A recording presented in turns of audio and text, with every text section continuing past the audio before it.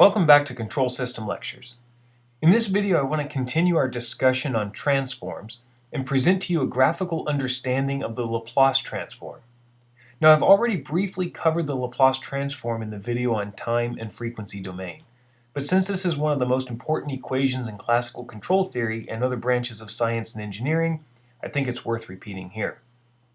To begin with, let's start with a quick review of differential equations, which was my favorite subject as an undergrad because it was the first math class I took that really got me interested in how physical systems behave. For example, let's take Newton's second law, which states that the force acting on a body is proportional to the time rate of change of its momentum.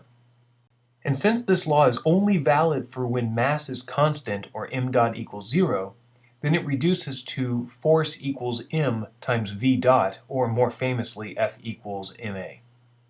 Now let's apply this to an example. If a mass is attached to a spring, which is in turn attached to a wall, then we can write the equations of motion using Newton's second law. If we assume an arbitrary input force, u of t, then the equation of motion can be written as u of t equals mx double dot of t plus kx of t.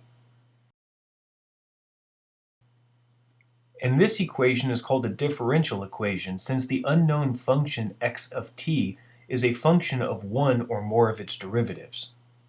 In this case, x of t is a function of x double dot of t. And the beautiful thing about these types of equations is that physics is filled with all sorts of differential relations. I'll just list a few of the famous ones here, but there's loads of these. There's the heat transfer equation, and this describes the distribution of heat in a region over a given time.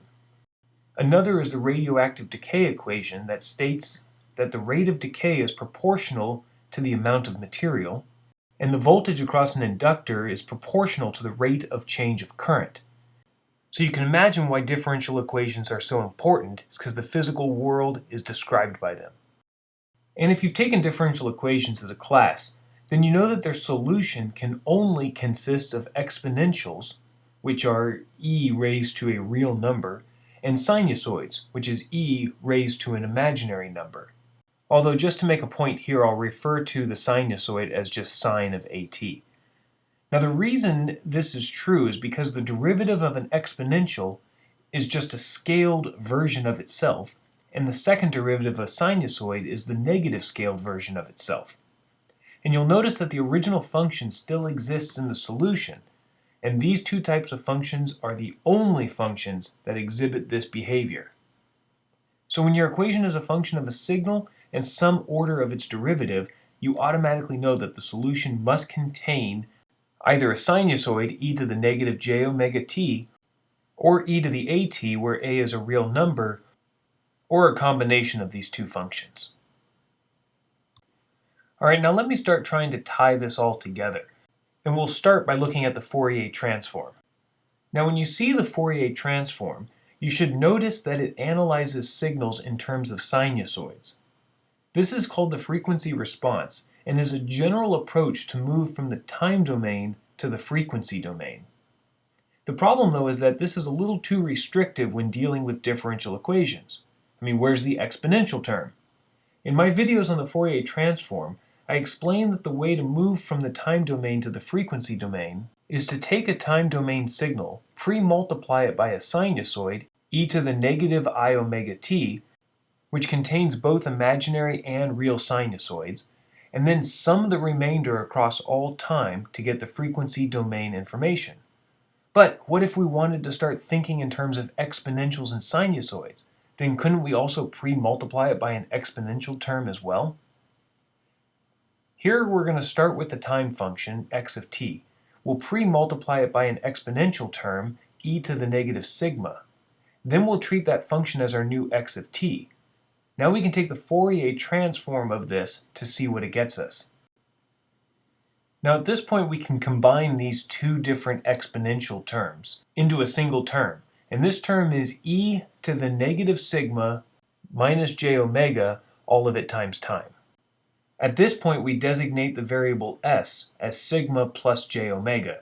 And s is a complex variable because it contains a real portion, which corresponds to exponential responses, and an imaginary term, which corresponds to sinusoidal responses.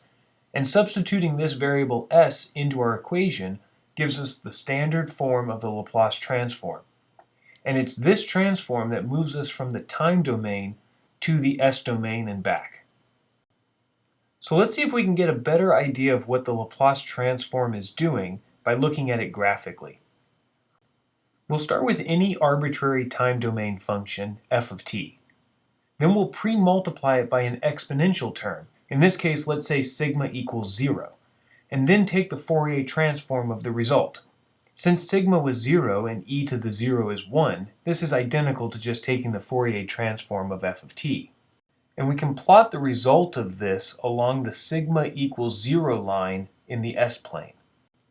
But so far we only have a single value of sigma, and we need to populate this entire plane.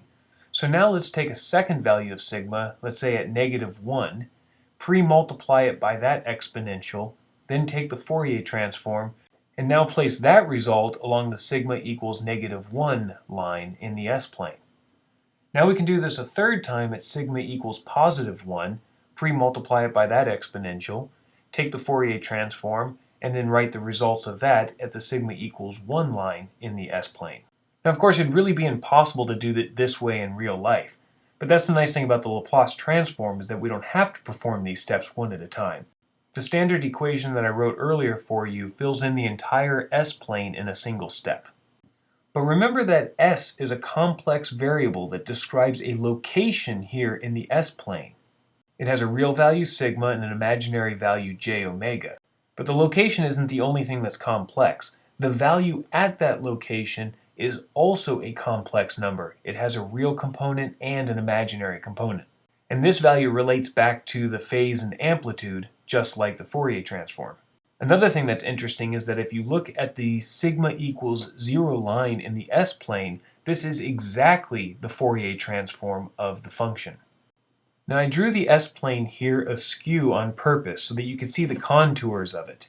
However, normally when you see it, it's just two-dimensional, with sigma on the horizontal axis and omega on the vertical axis.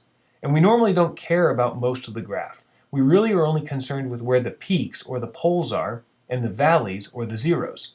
Poles are marked with an X, and zeros are marked with an O. Now I've drawn the X's in the correct spot according to my contour plot above, but I'll just add some zeros in here anywhere just to show you what they look like, but don't let that confuse you. So the question now becomes, how does this help us understand a linear system that's governed by differential equations? Once again, let's answer this question graphically. Let's take a linear system that consists of an RLC circuit in series. It can be shown that the differential equation for this system, from voltage input to current output, looks like this large differential equation.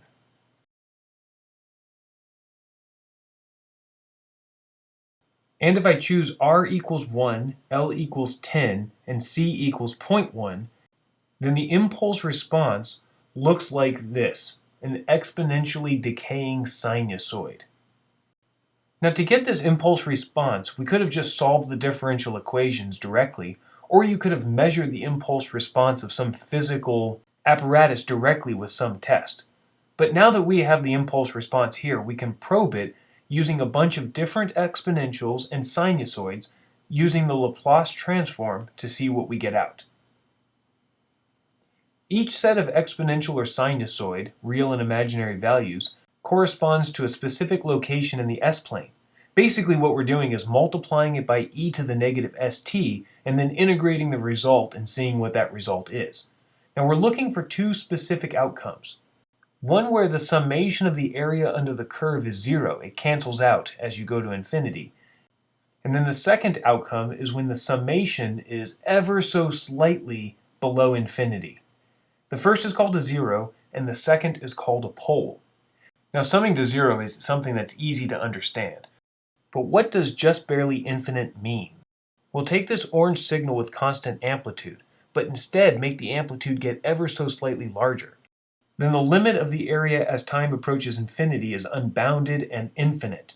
However, if the amplitude is ever so slightly decreasing, then the limit of the area as time approaches infinity is finite, although unfathomably large. Just between these two values is something I'll call barely infinite, between just a really, really large number and an unbounded infinite number.